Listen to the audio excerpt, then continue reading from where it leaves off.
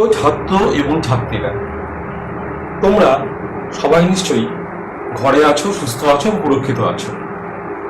তো পড়াশোনাটাকেও সেই সঙ্গে তোমাদের এগিয়ে নিয়ে যাওয়ার জন্য কিন্তু একটা সুবর্ণ সুযোগ প্রকৃতি আমাদেরকে দান করেছে। তো এই সুযোগটাকে কাজে লাগাতে হবে। তো যেটা বলছি যে নবম শ্রেণীতে তোমরা কিন্তু কোষ এবং কলা সম্পর্কে ধারণা পেয়েছো, এবং তোমরা এও পড়েছো যে প্রাণী কলা মূলত 4 ধরনের: আবরণী কলা, যোগ কলা, পেশি কলা এবং স্নায়ু কলা।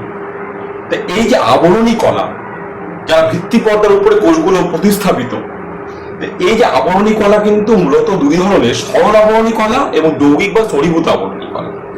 এই সরল আবরণী কলা মূলত 5 ধরনের হয়ে থাকে: আয়তাকার, স্তম্ভাকার, খনকাকার, ক্রমশ এবং গ্রন্থিময়। তা আমাদের এই প্রাণী হরমোন সম্পর্কে জানতে গেলে এই গ্রন্থিময় আবরণী কলা সম্পর্কে একটু ধারণা থাকা অবশ্যই প্রয়োজন বলে আমি মনে করি।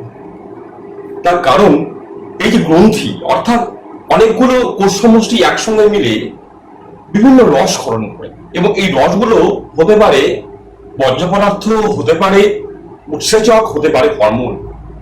তো যে গ্রন্থিগুলো শুধুমাত্র উৎসেচক ক্ষরণ করে এবং উৎসেচক নালীর মাধ্যমে দেহের বাইরে আসে, তাদের বলা হয় বহিঃক্ষরা গ্রন্থি। এই বহিঃক্ষরা গ্রন্থি কিন্তু আমরা আমাদের আলোচনার মধ্যে আনবো না, কারণ বহিঃক্ষরা গ্রন্থি উৎসেচক ক্ষরণ করে। আমরা বলা যে হরমোন, হরমোন ক্ষরণ করে যে গ্রন্থিগুলো, অর্থাৎ অন্তঃক্ষরা গ্রন্থি, যাদের ক্ষরিত রস হরমোন ব্যাপন প্রক্রিয়া রক্তে বেশি, এবং মিশ্র গ্রন্থি, যারা হরমোন ও উৎসেচক উভয়ই ক্ষরণ করে, সেগুলো কিন্তু আজ আমরা আমাদের আলোচনার মধ্যে নিয়ে আসবো। তো তারপরেই বলছি যে অন্তঃক্ষরা গ্রন্থি কিন্তু আমাদের শরীরে কোনগুলো, যেমন ধরো পিটুইটারি, হাইপোথ্যালামাস, থাইরয়েড, অ্যাড্রিনাল, এগুলো আমাদের অন্তঃক্ষরা গ্রন্থি। এবং মিশ্র গ্রন্থি কাকে বলে? যাদের মধ্যে অন্তঃক্ষরা বহিঃক্ষরা উভয় অংশই রয়েছে, এরাও হরমোন ক্ষরণ করে থাকে, উৎসেচক ক্ষরণ করে। যেমন ধরো অগ্নাশয়, শুক্রাশয়, ডিম্বাশয় এবং বৃক্ক, এগুলো হচ্ছে আমাদের মিশ্র গ্রন্থি। এবার আমরা যে হরমোন ব্যাপারটি কি, তো 1905 সালে দুজন বিজ্ঞানী বেলিস এবং স্টার্লিং, তারা কি করলেন, পাকস্থলীর যে অন্তঃক্ষরা গ্রন্থি অ্যাসিনাস কোষ, সেখান থেকে এক ধরনের হরমোন, বা হরমোন না বলে বলছি যে উত্তেজিত করে বা জাগ্রত করে এমন পদার্থ নিষ্কাশন করতে সক্ষম হন। তো এই পদার্থটি হলো সিক্রিটিন। এই সিক্রিটিন হচ্ছে প্রথম আবিষ্কৃত প্রাণী হরমোন। এরপরে আমরা জেনে নিই যে এই যে অন্তঃক্ষরা গ্রন্থিগুলো বললাম, যে অন্তঃক্ষরা গ্রন্থিগুলো থেকে কি কি হরমোন ক্ষরিত হয়। তো প্রথমে আমি বলছি যে পিটুইটারি গ্রন্থি। পিটুইটারি গ্রন্থিকে বলা হয় কিন্তু মাস্টার গ্ল্যান্ড বা প্রভু গ্রন্থি। এখানে মাস্টার বা প্রভু মানে নিয়ন্ত্রক বা কন্ট্রোলার। আমরা শিক্ষকরা কিন্তু মাস্টার নই, আমরা শিক্ষক, আমরা ফ্রেন্ডস, ফিলোসফার অ্যান্ড গাইড। আমরা বন্ধু হয়ে তোমাদের দেখিয়ে দেই যে কিভাবে পড়বে, কোনটুকু পড়বে এবং সামনের দিকে কিভাবে এগিয়ে যেতে পারবে। মাস্টার মানে যারা নিয়ন্ত্রণ করে। পিটুইটারি গ্রন্থি থেকে খেয়াল করে দেখো যে 6টি এমন হরমোন ক্ষরণ হয়, যে হরমোনগুলো শরীরের সমস্ত বিপাকীয় ক্রিয়াগুলোকে নিয়ন্ত্রণ করে থাকে। প্রথমেই আমরা যেটা বলবো সেটি হলো এসটিএইচ, সোমাটোট্রপিক হরমোন। সোমা কথা অর্থ হচ্ছে বডি বা দেহ, অর্থাৎ এই হরমোনটি মস্তিষ্ক থেকে ক্ষরিত হয়ে সমগ্র দেহের কোষ বিভাজনকে নিয়ন্ত্রণ করে থাকে। ট্রপিক মানে দূরবর্তী স্থলে বাহিত হয়ে গিয়ে কাজ করে। এটাকে গ্রোথ হরমোন বলা হয়ে থাকে। এই হরমোনের যদি বেশি ক্ষরণ হয় তাহলে ব্যক্তি 6 থেকে 7 ফুটের মতো লম্বা হয়ে যেতে পারে। এই রোগকে কিন্তু জাইগ্যান্টিজম বা অতিকায়ত্ব বলা হয়। এছাড়া কুশিং রোগ হয়। অনেক সময় দেখা যায় যে চোয়ালের হাড় অত্যাধিক পরিমাণে বড় হয়ে গিয়ে মুখটি গরিলার মতো আকৃতি লাভ করে, একে বলা হয় অ্যাক্রোমেগালি। আবার এই হরমোনটির যদি কম ক্ষরণ হয় তাহলেও সমস্যা হচ্ছে, ব্যক্তি 3-4 ফুটের বেশি লম্বা হয় না, তাকে বলা হয় খরগোত্ব বা ডোয়ার্ফিজম। এছাড়া সাইমন্স বর্ণিত যে বিভিন্ন লক্ষণগুলো রয়েছে, ব্যাধি রয়েছে, সেগুলো কিন্তু এর কম ক্ষরণে দেখতে পাওয়া যায়। তারপরে আমরা বলবো টিএসএইচ, থাইরয়েড স্টিমুলেটিং হরমোন, অর্থাৎ থাইরয়েড গ্রন্থির ক্ষরণকে স্টিমুলেট করে বা উদ্দীপিত করে। এই হরমোনটিও কিন্তু পিটুইটারি গ্রন্থি অগ্রগণ্ড থেকেই খরিত হয়ে থাকে। এবং এই টিএসএইচ এর অধিক ক্ষরণের ফলে গ্রেভস রোগ বা গয়টার রোগ হয়, অর্থাৎ গলা ফুলে যায়। মূলত আয়োডিনের অভাবেই এই রোগটা হয়। বিশেষ করে পার্বত্য অঞ্চলে যে সমস্ত লোকেরা বাস করে, সমুদ্র থেকে বহু দূরে বাস করে, তাদের ক্ষেত্রে দেখা যায় যে এই গলগণ্ড রোগ বেশি হয়ে থাকে, কারণ আয়োডিনের অভাবের জন্য এই রোগটা হয়। এবং এই হরমোনের কম ক্ষরণে ক্রেটিনিজম বা বামন শিশু লক্ষ্য করা যায়, বামনত্ব দেখা যায়। এই গেল টিএসএইচ। এরপরে আমরা আসছি এসিটিএইচ, অ্যাড্রিনোকর্টিকোট্রফিক হরমোন, অর্থাৎ অ্যাড্রিনাল গ্রন্থির কর্টেক্স অঞ্চলের বাইরের অঞ্চল তার ক্ষরণকে নিয়ন্ত্রণ করে থাকে। এই এসিটিএইচ যে হরমোনটি রয়েছে এর কাজটি কিন্তু আমরা যখন অ্যাড্রিনালিন গ্রন্থি পড়বে, অ্যাড্রিনাল গ্রন্থি থেকে খরিত যে হরমোন, সেখানেই তোমরা কিন্তু এই ব্যাপারে জানতে পারবে। এরপরে যেটা বলছি যে এমসিএসএইচ কিন্তু পিটুইটারি গ্রন্থির মধ্যখণ্ড থেকে খরিত হরমোন, যেটি ত্বকের মেলানিন ক্ষরণকে নিয়ন্ত্রণ করে থাকে। এই মেলানিনের প্রভাবেই কিন্তু মানুষ কেউ ফর্সা হয়, কেউ গাঢ় বর্ণের হয়, কালো আমরা বলি না, গাঢ় বর্ণের হয়। আর নেক্সট যেটা আসছে এডিএইচ, এটি পিটুইটারির পশ্চাৎ খণ্ড থেকে খরিত হয়, যা আরেক নাম ভেসোপ্রেসিন, যেটি বৃক্কের মধ্যে যে নেফ্রন রয়েছে সেই নেফ্রনের দ্বারা যে জল শোষণকে নিয়ন্ত্রণ করে থাকে। এবং এই হরমোনের কিন্তু কম ক্ষরণে বহুমূত্র বা ডায়াবেটিস ইনসিপিটাস রোগ হয়ে থাকে, এবং বেশি ক্ষরণে যেটা হয় হাইপারটেনশন, উচ্চ রক্তচাপ সৃষ্টি হয়। নেক্সট বাট নট লিস্ট যেটা বলছি এটি হচ্ছে জিটিএইচ, গোনাডোট্রপিক হরমোন। গোনার কথা অর্থ হচ্ছে জননাঙ্গ, সেটা হতে পারে শুক্রাশয়, হতে পারে ডিম্বাশয়। এই জননাঙ্গ বিভিন্ন কার্যকারিতাকে নিয়ন্ত্রণ করে গোনাডোট্রপিক হরমোন, এটিও পিটুইটারি অগ্রগণ্ড থেকেই খরিত হরমোন। এগুলো প্রকৃতপক্ষে মূলত 3 ধরনের হরমোনের সমাহার। যেমন ধরো FSH, follicle stimulating hormone, follicle কথা অর্থ হচ্ছে ডিম্বথলি। এরপরে আসছে ICSH, interstitial sell stimulating hormone. এরপরে আসছে এলএইচ বা এলটিএইচ, লিউকোট্রপিক হরমোন, যেগুলো দুগ্ধক্ষরণ নিয়ন্ত্রণ করে থাকে। এই প্রত্যেকটি হরমোনকে নিয়ন্ত্রণ করার জন্য কিন্তু হাইপোথ্যালামাস থেকেও দুটো হরমোন উৎপন্ন হয়, রিলিজিং এবং ইনহিবিং। রিলিজিং মূলত ক্ষরণে সাহায্য করে থাকে এবং ইনহিবিং কিন্তু এই ক্ষরণটিকে বন্ধ করে থাকে। এই যতগুলো হরমোনের নাম আমি বললাম প্রত্যেকটি কিন্তু রিলিজিং এবং ইনহিবিং হরমোন রয়েছে। নেক্সট আমরা যেটা বলছি সেটি হচ্ছে থাইরয়েড গ্রন্থি। থাইরয়েড গ্রন্থি থেকে মূলত 3 ধরনের হরমোন ক্ষরণ হয়। প্রথমটি হচ্ছে T3, দ্বিতীয়টি T4 এবং তৃতীয়টি ক্যালসিটোনিন। T3 হচ্ছে try iodothyronine, T4 tetra iodothyronine. এগুলো কি করে? এগুলো থাইরক্সিন নামের হরমোন ক্ষরণ করে। এই থাইরক্সিনের প্রভাবে কিন্তু তোমার এই যে গ্রেভস রোগ বা ক্রেটিনিজম, এই রোগগুলো কিন্তু নিয়ন্ত্রিত হয়ে থাকে। এরপরে যেটা আমরা বলছি অ্যাড্রিনালিন হরমোন, যেটা অ্যাড্রিনাল গ্রন্থি খরিত হয়। এই অ্যাড্রিনাল গ্রন্থি আমাদের বৃক্ক বা কিডনি তার উপরে টোপের মতো অবস্থান করে থাকে, তো এই জন্য একে এপিনেফ্রিন বলা হয়ে থাকে।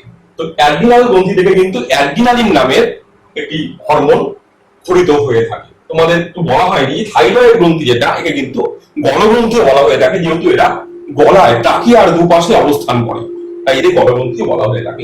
এগুলোকে আমি বললাম সমস্ত অন্তঃক্ষরা গ্রন্থি। এরপর আমরা আসছি বহিঃক্ষরা গ্রন্থি প্রসঙ্গে। তো বহিঃক্ষরা বলবো না, বহিঃক্ষরা তো উৎসেচকরণ করে। মিশ্র গ্রন্থি প্রসঙ্গে, তো মিশ্র গ্রন্থির মধ্যে প্রথমেই আমরা আসছি অগ্নাশয়। তো অগ্নাশয়ের যে আইলেটস অফ ল্যাঙ্গারহ্যান্স, ল্যাঙ্গারহ্যান্সের দ্বীপপুঞ্জ থেকে 3 ধরনের হরমোন উৎপন্ন হয়। এদের যে বিটা কোষ থেকে উৎপন্ন হয় ইনসুলিন, এবং গ্লুকাগন উৎপন্ন হয় আলফা কোষ থেকে, এবং ডেল্টা কোষ থেকে উৎপন্ন হয় সোমাটোস্ট্যাটিন। তো এরা কি করে? ইনসুলিন আমাদের রক্তের গ্লুকোজের পরিমাণকে নিয়ন্ত্রণে রাখে। আমরা জানি যে আমাদের রক্তে 100 ml রক্তে 80 থেকে 120 মিলিগ্রাম গ্লুকোজ থাকে। এই পরিমাণ যদি বেড়ে যায়, কেন বেড়ে যায়? যদি ইনসুলিন হরমোনের কম ক্ষরণ হয়। একে বলা হয় ডায়াবেটিস মেলিটাস বা মধুমেহ রোগ। আবার গ্লুকাগন কিন্তু ঠিক উল্টো কাজ করে, একে বলা হয় দ্বৈত নিয়ন্ত্রক বা ডুয়াল কন্ট্রোলার। এরপরে আমরা আসছি সোমাটোস্ট্যাটিন। সোমাটোস্ট্যাটিনও কিন্তু একটি হরমোন, যেটি অগ্নাশয় থেকে খরিত হয়।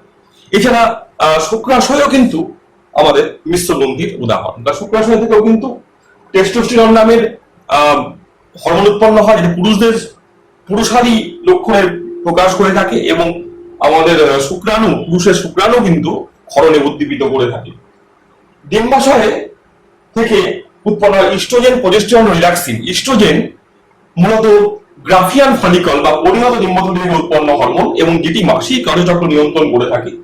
দ্বিতীয়ত প্রজেস্টেরন, যেটি পিত্তগ্রন্থি বা কর্পাস লুটিয়াম থেকে উৎপন্ন হয়ে থাকে, এবং এই আলফা ও বিটা প্রজেস্টেরন এরা মূলত গর্ভকালীন সময়ে মহিলাদের সাহায্য করে থাকে, এবং রিল্যাক্সিন প্রসবে সাহায্য করে থাকে। এগুলো হচ্ছে ডিম্বাশয় থেকে উৎপন্ন হরমোন। আর বৃক্ক থেকে একটি হরমোন উৎপন্ন হয় যার নাম রেনিন। এই রেনিন কিন্তু রক্তচাপ নিয়ন্ত্রণ করে থাকে। এগুলো থেকে কিন্তু উৎসেচক হরমোন হয়। আমি কিন্তু হরমোনগুলো নিয়ে মূলত আলোচনা করবো। তোমাদের একটা কথা বলা, যে আমি বলছিলাম ট্রপিক হরমোন। ট্রপিক কথা অর্থ হচ্ছে যে যারা নাকি উৎপত্তি স্থল থেকে দূরবর্তী স্থলে বাহিত হয় এবং বাহিত হয়ে কাজ করে এবং ক্রিয়া করে ধ্বংসপ্রাপ্ত হয়ে যায়, রকেটের মতো। আর রকেট যেমন কক্ষপথে স্যাটেলাইটকে পৌঁছে দিয়ে ধ্বংস হয়ে যায়, এই হরমোনগুলো কিন্তু সেরকম কাজ করে। এই জন্য এদের কিন্তু রাসায়নিক বার্তাবহ বলা হয়ে থাকে, বা কেমিক্যাল কোঅর্ডিনেটর বা রাসায়নিক সমন্বয় সাধকও বলা হয়ে থাকে, যেহেতু বিভিন্ন অঙ্গের মধ্যে সমন্বয় সাধনের কাজ কিন্তু হরমোনের দ্বারাই প্রাণীদেহে এবং উদ্ভিদে হয়ে থাকে। এছাড়া আরেকটা জিনিস বলা, এই যে আমরা বললে যে টেস্টোস্টেরন, ইস্ট্রোজেন, এদেরকে কিন্তু স্থানীয় হরমোন বা লোকাল হরমোন বলা হয়। এমন কোনো কথা নেই যে সব হরমোনকে দূরবর্তী স্থলে বাহিত হতে হবে। ইস্ট্রোজেন, প্রজেস্টেরন এবং টেস্টোস্টেরন কিন্তু তার উৎপত্তি স্থল শুক্রাশয়, ডিম্বাশয়, সেখানেই এরা ক্রিয়া করতে সক্ষম, তাই এদের লোকাল হরমোন বা স্থানীয় হরমোন বলা হয়ে থাকে। তাই এই আমি তোমাদের এই হরমোন সম্পর্কে একটু ধারণা দিলাম, তোমরা বইয়ে অনেক বিস্তারিত হবে এই সম্পর্কে পেয়ে যাবে। তো এই বইটা পড়ো, বইটা পড়ে যদি তোমাদের ওখানে বুঝতে অসুবিধা হয় অবশ্যই আমাদের সঙ্গে যোগাযোগ করবে, এবং আমরা চেষ্টা করব যে তোমাদেরকে কতটুকু সাহায্য করা যায়। কারণ পড়াশোনাটুকু এগিয়ে নিয়ে যেতেই হবে, এবং আমরা আগেই বললাম যে আমরা কিন্তু মাস্টার নই, টিচার। অর্থাৎ আমাদের কাজ হলো যে প্রত্যেকটি ছাত্রছাত্রীকে সামনের দিকে এগিয়ে নিয়ে যাওয়া, অর্থাৎ আমরা হচ্ছে পথ প্রদর্শক, পথ দেখিয়ে দেওয়াটা আমাদের কাজ, যে এই কাজটা করো। এবার কে করলো কি করলো না সেটা কিন্তু আমাদের খুব বেশি ম্যাটার করে না, কিন্তু আমাদের কাজটাই হচ্ছে ফ্রেন্ডস, বন্ধু, ফিলোসফার, দার্শনিক ভাবে গাইড করা। তো এই উদ্দেশ্য নিয়েই আজকে অনলাইনে আসা, এবং এই বলে আমি আমার আপাতত আলোচনা বন্ধ করছি, এবং যদি তোমাদের প্রয়োজন হয় আমি আবার আসবো এবং আবার এই বিষয়গুলো নিয়ে বিস্তারিত ভাবে আলোচনা করবো।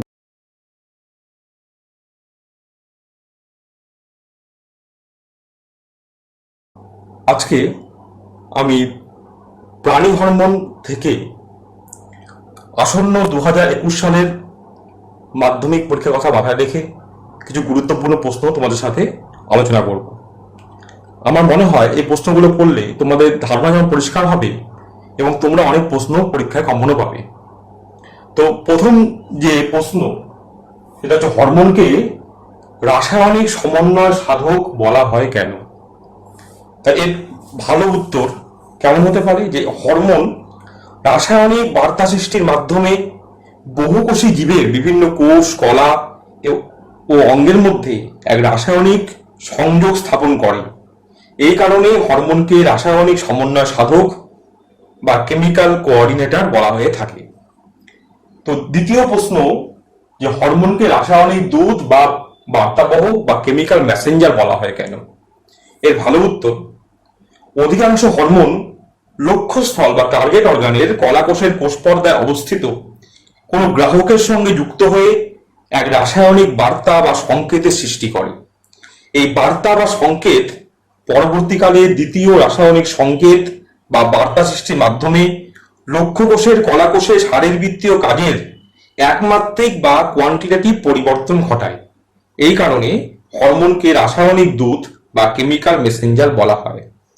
তৃতীয় প্রশ্ন, যে হরমোনকে দ্বৈত নিয়ন্ত্রক বা ডুয়াল কন্ট্রোলার বলা হয় কেন? তোমরা জানো যে ইনসুলিন গ্লাইকোজেনেসিস পদ্ধতিতে রক্তের গ্লুকোজকে গ্লাইকোজেনে পরিণত করে এবং যকৃতে সঞ্চিত করে। আবার গ্লুকাগন নামে যে হরমোনটি রয়েছে বিপরীত কার্য করে, অর্থাৎ যকৃতের গ্লাইকোজেনকে গ্লাইকোজেনোলাইসিস পদ্ধতিতে গ্লুকোজে পরিণত করে। এই যে হরমোনের যে দ্বৈত কাজ, একে দ্বৈত নিয়ন্ত্রণ বা ডুয়াল কন্ট্রোলার বলা হয়ে থাকে। 4 নম্বর প্রশ্ন, যে হরমোনের ফিডব্যাক মেকানিজম কি?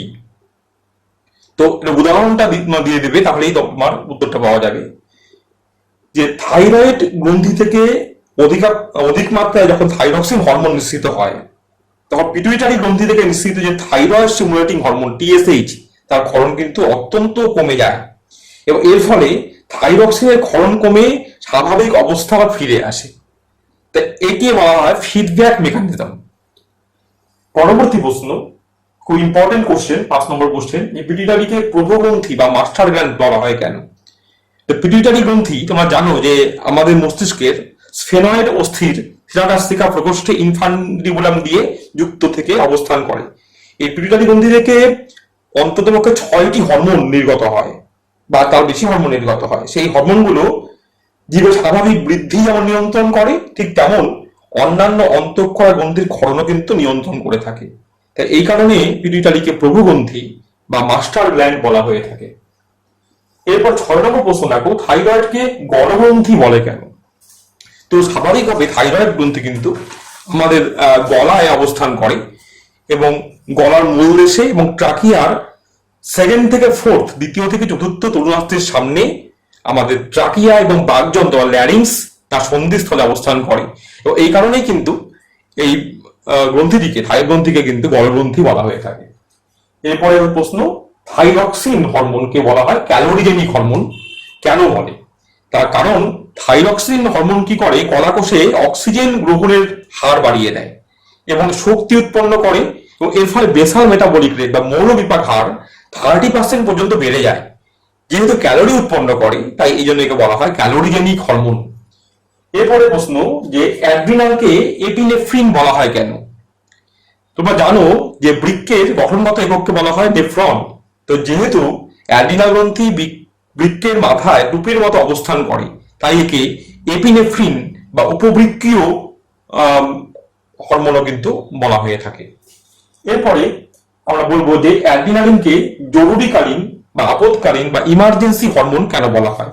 কারণ আমাদের যখন ক্রোধ হয় বা ভয় হয়, আনন্দ, দুশ্চিন্তা, আবেগ, মানসিক চাঞ্চল্য বা উত্তেজনা সৃষ্টি হয়, সেই সময় অ্যাড্রিনালিন বেশি পরিমাণে ক্ষরিত হয় এবং রক্ত চলাচলকে দ্রুত করে দেয়, তাড়াতাড়ি করে দেয়। এই সময় এই সকল উত্তেজনা প্রশমিত করে এবং জরুরি অবস্থা যদি যখন দূর হয়ে যায়, বিদূরিত হয়, তখন স্বাভাবিক অবস্থাতে আবার এটি ফিরে আসে। তাই জরুরি অবস্থায় বা সংকটকালে যে অবস্থা, সেই অবস্থাটাকে মোকাবিলা করে বলে অ্যাড্রিনালিনকে জরুরিকালীন হরমোন বা ইমার্জেন্সি হরমোন বলা হয়ে থাকে। এরপরে 10 নম্বর যে প্রশ্ন, যে ইনসুলিনকে কিটোজেনিক হরমোন বলা হয় কেন? তো ইনসুলিন, যেটা অগ্নাশয়ের ল্যাঙ্গারহ্যান্সের দ্বীপপুঞ্জে বিটা কোষ থেকে ক্ষরিত হয়, সেটি স্নেহ পদার্থ বা ফ্যাটের জারণ রোধ করে, ফলে কিটোন বস্তু তৈরি হতে পারে না। কিটোন বস্তু বলতে অ্যাসিটিক অ্যাসিড তৈরি হতে পারে না। যেহেতু কিটোন উৎপাদনকে ব্যাহত করে, তাই একে কিটোজেনিক হরমোন বলা হয়ে থাকে। এরপর আমরা আসবো এডিএইচ কে কেন অ্যান্টি ডাই ইউরেটিক হরমোন বলা হয়? এডিএইচ বা ভেসোপ্রেসিন পিটুইটারি গ্রন্থির পশ্চাৎখণ্ড থেকে উৎপন্ন একটি হরমোন। এটি মূত্রনালী থেকে অতিরিক্ত জল শোষণ করে নেয়, ফলে মূত্রে জলের পরিমাণ কিন্তু কমে যায় এবং মূত্র গাঢ় হয়। তাই এর যখন অভাব হয়, তখন মূত্রে জলের পরিমাণ বেড়ে যায় এবং বেশি মূত্র নির্গত হয়। এই রোগকে বহুমূত্র বা ডায়াবেটিস ইনসিপিডাস বা স্বাদহীন বহুমূত্র বলা হয়ে থাকে, এবং এই কারণে এডিএইচ কে কিন্তু অ্যান্টি ডাই ইউরেটিক হরমোনও বলা হয়ে থাকে। এর ফলে আমি একটি ছকের মাধ্যমে তোমাদেরকে দেখিয়ে দিচ্ছি, কারণ এখানে অজস্র প্রশ্ন হয়, হরমোনের রাসায়নিক প্রকৃতি বিষয়ক প্রশ্ন। যার প্রথমেই আমি বলছি, সেটি হচ্ছে গ্যাসীয় হরমোন। তো গ্যাসীয় হরমোনের উদাহরণ হচ্ছে ইথিলিন, যেটি ফল পাকাতে সাহায্য করে। প্রশ্ন আসতেই পারে যে এটি গ্যাসীয় হরমোনের উদাহরণ দাও। দ্বিতীয়ত আমরা যেটা বলছি যে প্রোটিন ধর্মী। তো প্রোটিন ধর্মী যে হরমোনগুলো রয়েছে, যেমন oxytocin, vasopressin, glucagon, STH somatotropic hormone, এবং এফএসএইচ ফলিকল স্টিমুলেটিং হরমোন, এসব প্রোটিন ধর্মী। এরপর আমরা আসবো পলিপেপটাইড ধর্মী। পলিপেপটাইড হরমোনের মধ্যে পড়ছে যে ইনসুলিন, প্যাথ হরমোন, অ্যাড্রিনোকর্টিকোট্রপিক হরমোন এবং melanocyte cell stimulating hormone, MSH, antidiuretic hormone. এরা প্রত্যেকটাই পলিপেপটাইড ধর্মী, অর্থাৎ সিওএনএইচ বন্ধনী রয়েছে। এরপরে আমরা আসছি স্টেরয়েড ধর্মী হরমোন। স্টেরয়েড ধর্মী অর্থাৎ উত্তেজিত করে এমন হরমোন যেগুলো আছে অ্যালডোস্টেরন, টেস্টোস্টেরন শুক্রাশয় থেকে ক্ষরিত হয়, কর্টিসোল, ইস্ট্রোজেন, প্রোজেস্টেরন ডিম্বাশয় থেকে ক্ষরিত হয়। এগুলো কিন্তু স্টেরয়েড ধর্মী হরমোনের মধ্যে পড়ে। এরপরে আমরা আসবো ক্যাটেকোলামাইন জাতীয় হরমোনটা। ক্যাটেকোলামাইন হরমোন কথার অর্থ হচ্ছে তার ক্যাটেকল বর্গ রয়েছে, ক্যাটেকল বর্গ, ফিনক্সি বর্গ রয়েছে, এবং এই ক্যাটেকোলামাইন হরমোনের মধ্যে কিন্তু এখানে এই উদাহরণটা তোমাদের কিন্তু ভুল আছে, ইনসুলিন কিন্তু হবে না। উদাহরণ আমাদের হচ্ছে অ্যাড্রিনালিন, নর অ্যাড্রিনালিন এবং ডোপামিন, এবং এই তিনটি হরমোন যেগুলো অগ্নাশয় থেকে গঠিত, তোমার যেগুলো নাকি তোমার অ্যাড্রিনালিন থেকে গঠিত হয়, এদেরকে একসঙ্গে বলে বলা হয় হচ্ছে ক্যাটেকোলামাইন। এরপর আমরা আসবো গ্লাইকোপ্রোটিন ধর্মী হরমোন। গ্লাইকোপ্রোটিন হচ্ছে এক প্রকারের যুগ্ম প্রোটিন, এখানে অ্যামাইনো অ্যাসিড ছাড়াও কিন্তু একটি অপ্রোটিন অংশ মানে গ্লাইকোজেন থাকে, গ্লাইকোপ্রোটিন বলা হয়ে থাকে। তো এরা উদাহরণ হচ্ছে টিএসএইচ, থাইরয়েড স্টিমুলেটিং হরমোন কিন্তু গ্লাইকোপ্রোটিন ধর্মী হরমোনের উদাহরণ। এরপর আমরা আসবো অ্যাসিড ধর্মী। অ্যাসিড ধর্মীর মধ্যে তোমরা জানো অক্সিন পড়েছো, ইন্ডোল অ্যাসিটিক অ্যাসিড, জিব্বারেলিক অ্যাসিড এবং অ্যাবসাইসিক অ্যাসিড, এগুলো কিন্তু অ্যাসিড ধর্মী হরমোনের উদাহরণ। এরপর আসছি আমরা ক্ষারধর্মী হরমোনের উদাহরণ। তা এর মধ্যে পড়ছে সাইটোকাইনিন। তোমাদের একটা প্রশ্ন খুবই আসে যে একটি অ্যাসিড ধর্মী হরমোনের উদাহরণ দাও। তোমরা অনেকে অক্সিন লেখো, আমি বলবো যে তোমার জিব্বারেলিন লেখো, কারণ অক্সিন কিন্তু অনেক সময় যেমন আম্লিকও হয়ে থাকে এবং সবসময় নাইট্রোজেন কিন্তু না থাকতে পারে। আর ক্ষারধর্মীর মধ্যে তোমরা কিন্তু অবশ্যই সাইটোকাইনিন লিখবে, নাইট্রোজেন যুক্তও কিন্তু তোমার সাইটোকাইনিনই উত্তর হবে, কারণ নাইট্রোজেন যুক্ত অক্সিন লেখো অনেক সময় তোমরা, কিন্তু অক্সিন কিন্তু নাইট্রোজেন যুক্ত যেমন হয় আবার নাইট্রোজেন বিহীন হয়, এমন অক্সিন এ এবং অক্সিন বি, যারা নাকি অক্সানো লিনোইক অ্যাসিড বা অক্সানো লাইপোইক অ্যাসিড, এটা কিন্তু নাইট্রোজেন বিহীন হয়ে থাকে। তাই নাইট্রোজেন ধর্মী অবশ্যই উল্লেখ করবে তোমরা, যেটি হলো সাইটোকাইনিন বলে উল্লেখ করবে।